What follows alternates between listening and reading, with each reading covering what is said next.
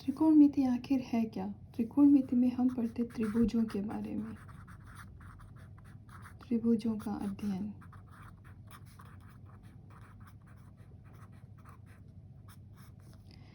Okay, क्यों करते हैं? कि हम कैलकुलेशंस करते हैं त्रिभुजों से। कैलकुलेशन यानी कि हम गणना करते हैं, गणना त्रिभुजों के द्वारा।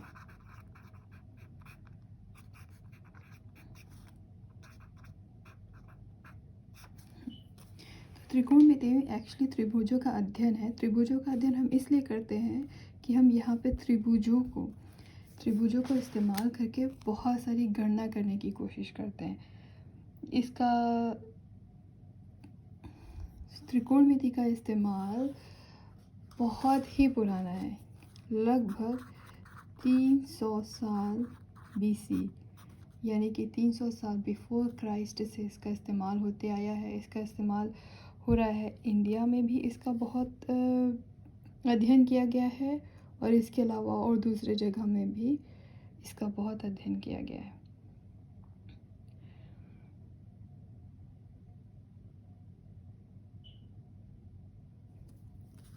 तो इसमें हम क्या पढ़ते हैं? इसमें हम पढ़ते हैं त्रिभुजों का भुजाओं की लंबाई, भुजाओं के बीच में कोण,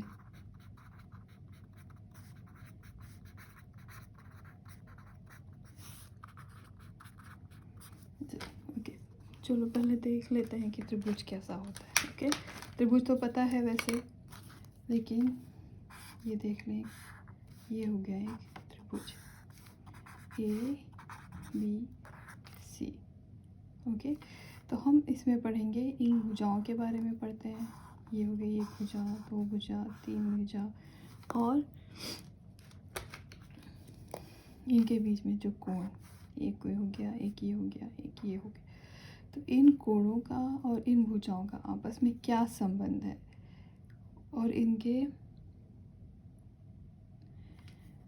इस तरीके के डिफरेंट त्रिभुज और होंगे। हो सकता है कि एक त्रिभुज ऐसा हो सकता है, कोई त्रिभुज ऐसा हो सकता है। इस त्रिभुज का आपस में क्या संबंध है, इसकी पढ़ाई को हम बोलते हैं त्रिकोणमिति। त्रिकोणमिति का एक्चुअली में शुरुआत कैसे हुई थी? ज्योमेट्री के लिए शुरुआत हुई। ज्योमेट्री पता है आपको? ज्योमेट्री का मतलब होता है जिसमें हम स्टार्स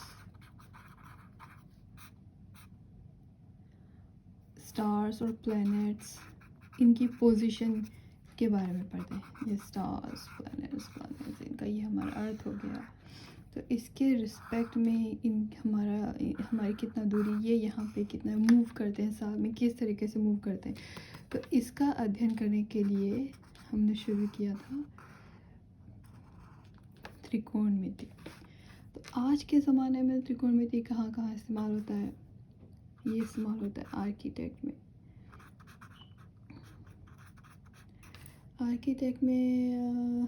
कैसे देखा आपने? देखा है आर्किटेक्ट में कैसे इस्तेमाल होता है? जैसे कि आप समझिए ऐसे डोम बनाया हुआ है किसी हॉल के ऊपर। ओके, इसको में सपोज आपने दिया है इस तरीके से त्रिभुजों का डिज़ाइन, इस तरीके से सपोज, या इस तरीके से आपने डिज़ाइन दिया हुआ है। और भी बहुत तरीके की चीज़ों में से आर्किटेक्ट में इस्तेमाल होता है। सर्वे में इस्तेमाल होता है। सर्वेइंग क्या होता है?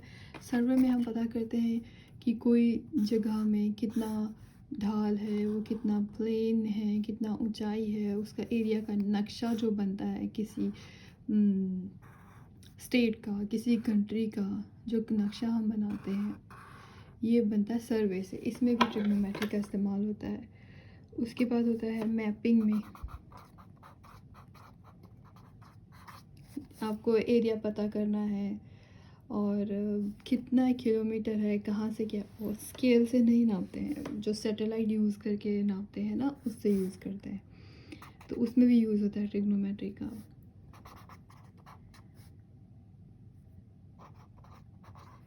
एस्ट्रोनॉट्स यूज़ करते हैं नेविगेशन के लिए, फिजिसिस्ट यूज़ करते हैं।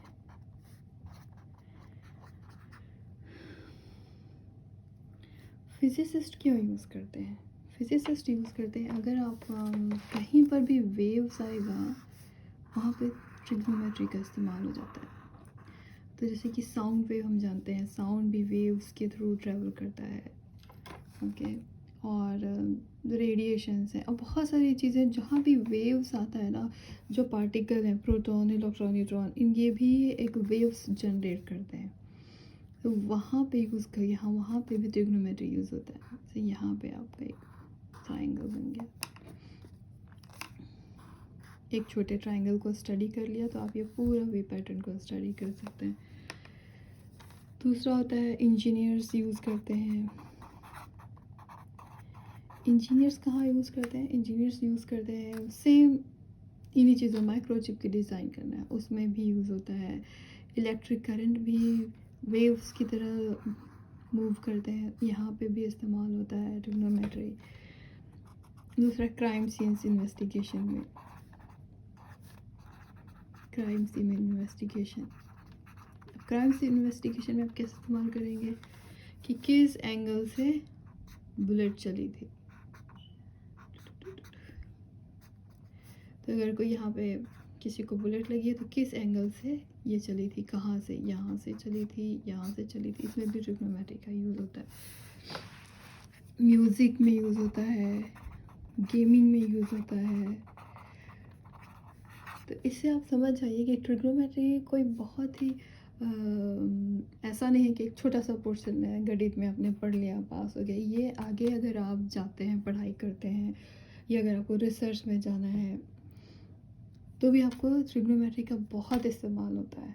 तो इसलिए, और जो अब हम अभी पढ़ेंगे वो बहुत बेसिक हम पढ़ रहे हैं, बहुत बेसिक इन द सेंस ये बिल्कुल उसी तरह जैसे कि आप अगर इंग्लिश लैंग्वेज पढ़ना शुरू करें तो आपको ABCD पढ़ना पड़ेगा। अगर आप बेसिक मैथ्स कैलकुलेशन स्टार्ट करना शुरू करें तो आपको नंबर्स पढ़ना पड़ेगा, 1 2 3 4, फिर 1 2 3 4, 1 2 3 4, 1 घन 2 बराबर 3, जो इस तरीके की जो चीज़ें हैं ये बहुत बेसिक है। उसी तरह समझिए ट्रिग्नोमेट्री में हम इस लेक्चर में सिर्फ वही सिंपल चीज़ पढ़ेंगे।